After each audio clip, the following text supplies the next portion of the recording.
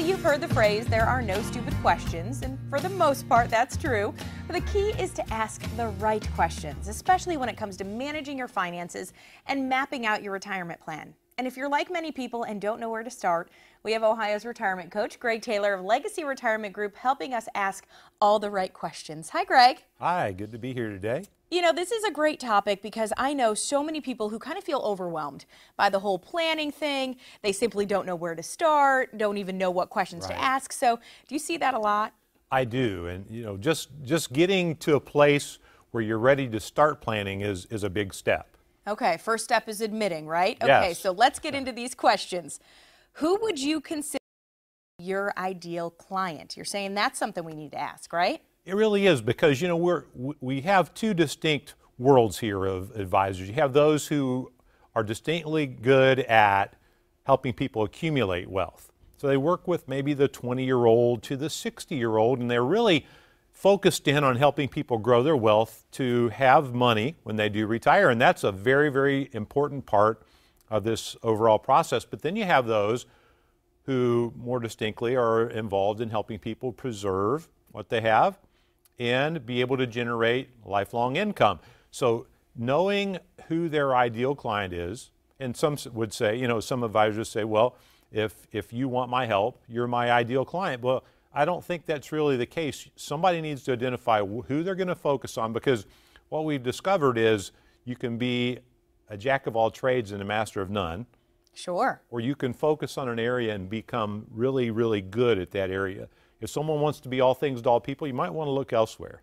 Okay, great advice. Okay, so you also, obviously, you want to know what is your experience or your expertise as an advisor. A little bit about that. You just spoke about the expertise, but yes. How long have we been doing this, right? Yes, I mean, someone that's, you know, fresh out of passing an exam or whatever, you might want to, you know, think twice about. Just good people, you know, and you got to get started somewhere. Maybe they need to be under the tutelage of someone else for a while and learn. You don't necessarily want them learning on your portfolio. You want to know that they've been doing it a while, that they have some expertise, that they know what they're doing. See if they've written articles, if they've been asked to, you know, to speak, if they have written a book or anything like that, that can show you their expertise and knowledge in what they're doing. Greg, you say we should ask, how do you determine how much money that I can safely withdraw each year without running out? Because a lot of people are afraid of running out of money. That is the number one question we get in our practice. You know, do I have enough, and am I going to be okay? Do I have to worry about running out of money? And nobody wants to really ever worry about that. But often when they ask that question, we say, well, you know, we can put part of it in this type of account and part in this type of account, and you should be able to withdraw a certain percentage each year, and we feel pretty comfortable that you're not going to run out. Well, feeling pretty comfortable and having some sort of contractual guarantee is a big difference. So we want to know that we have a plan in place that's going to give us predictable income running out.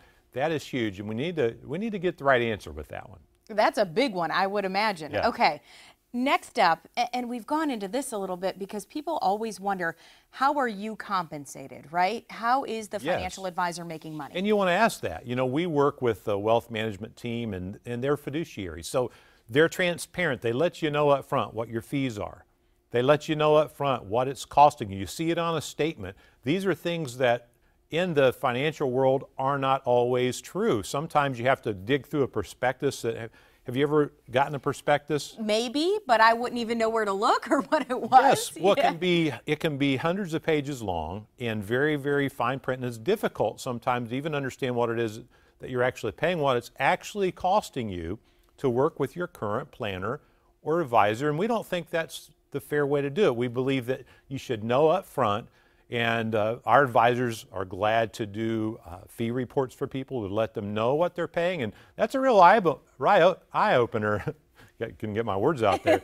A real eye-opener for most people to figure out exactly what it's costing them, and you should know. You have the right to know how people are getting compensated and what's costing you to work with your planner. Okay, Greg, we've got about 20 seconds. How will I be protected from the next major stock market correction? Don't you want to know that if there's a big correction, what plan that your advisor has in place? Ask them.